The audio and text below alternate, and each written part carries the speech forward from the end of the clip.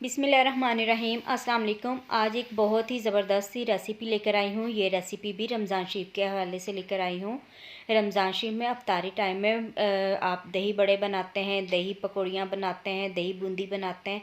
तो आज वही बूंदी मैं आपको घर में बनाना सिखा रही हूँ। बहुत ही ज़बरदस्त बनती है, बाज़ार से बहुत ही अच्छी साफ़ सुथरी आप अपने घर में बना सकते हैं। तो इसके लिए हमने 1 कप बेसन ले लेना है। बहुत ज़्यादा चीज़ें इसमें नहीं डलती है, बस कुछ चीज़ें डलती है। आप साफ़ सुथरी अपने घर में बना के रख सकते हैं। नमक डाल दिया ज़रूरत के मुताबिक। आधा चम्मच हम इसमें बेकिंग पाउडर डाल देंगे। बेकिंग सोडा नहीं डाल रही हूँ, बेकिंग पाउडर डाला है। अच्छी तरह से इसे हमने छान लेना है। ये जो बूंदियाँ है ना, ये आप बनाकर इसे 3 से 4 महीने के लिए आप इसे रख सकते हैं। ये बिल्कुल भी ख़राब नहीं होती है। अब इसमें डाल देनी है थोड़ी सी लाल मिर्च मोटी पीसी हुई, और फूड कलर इसमें डालेंगे जो चावल में डालते हैं बिरयानी बनाते वक्त। और इसमें डाल देना है थोड़ा सा ज़ीरा, साबित ज़ीरा डाल रही हूँ। इन सारी चीज़ों को हमने अच्छी तरह से मिक्स करना है, और फिर उसके बाद हमने थोड़ा थोड़ा सा इसमें पानी शामिल करते जाना है, और इस मिक्सचर को हमने मिलाते जाना है। सारा पानी एक साथ नहीं डालना है, क्योंकि फिर ये पतला भी हो सकता है। थोड़ा थोड़ा डालेंगे, इसे मिक्स करेंगे, और इसका हमने लिक्विड तैयार कर लेना है। बहुत ज़्यादा पतला भी नहीं रखना है इसे, और बहुत ज़्यादा गाढ़ा भी नहीं रखना है।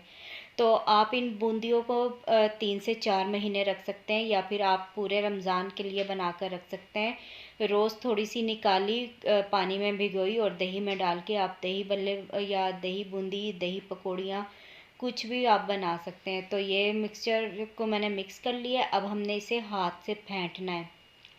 तकरीबन 8 से 10 मिनट इसे अच्छी तरह से फेंटेंगे, ताकि जो बेसन है ना अच्छी तरह से फ्लफ़ी हो जाए, और जब हम इसकी बूंदियाँ फ्राई करें तो वो अच्छी तरह से फूलें।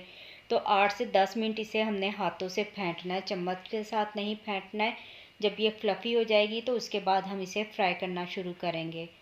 तो ये हमारा मिक्सचर बिल्कुल रेडी हो चुका है। तो अब हम इन्हें फ्राई करेंगे। तो पैन में मैंने ऑयल को अच्छी तरह पहले गरम कर लिया है। अब एक गोल सुराख वाला आपने चम्मच ले लेना है। तो इससे जिसमें यानी कि सुराख गोल हो, छोटे या बड़े जितने भी हो, आपके पास जो भी मौजूद हो घर में आप ले सकते हैं।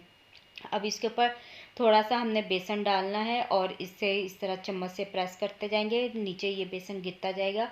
तो ये बूंदियाँ बनती जाएंगी और फूलती जाएगी। गरम गरम घी में डाल देनी है। बहुत ज़्यादा आग को हमने तेज़ नहीं रखना, पहले घी को अच्छी तरह से गरम कर लेना है, और उसके बाद हमने ये बूंदियाँ फ्राई करनी है।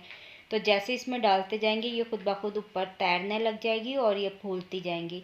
तो इस तरह हम सारी बूंदियाँ फ्राई करते जाएंगे। तो फिर फ्राई करने के बाद इसे हमने 1 से 1.5 घंटे के लिए रख देना है, ताकि ये क्रिस्पी हो जाए। तो अभी तो फ़िलहाल हम इसे फ्राई कर रहे हैं, और फिर उसके बाद इसे हम पकाएंगे 2 से 3 मिनट के लिए। बहुत ज़्यादा इसका कलर हमने डार्क नहीं करना है।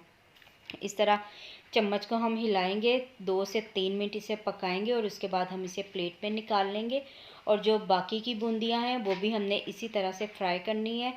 तो फिर मैं आपको सारी बनाकर फिर मैं आपको दिखाती हूँ।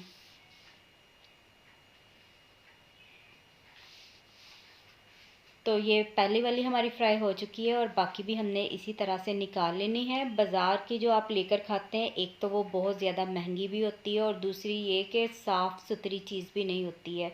आप अपने घर में बना सकते हैं। इसमें घी का भी बहुत कम इस्तेमाल होता है, और बहुत ज़्यादा बन जाती है। ये मैंने 1 कप बेसन लिया था, तो उससे मैंने बनाई है। माशाल्लाह से ये मेरी बहुत ज़्यादा बन गई है। अगर मैं इसे बनाऊँ तो 3 से 4 बार मैं इसे बना सकती हूँ।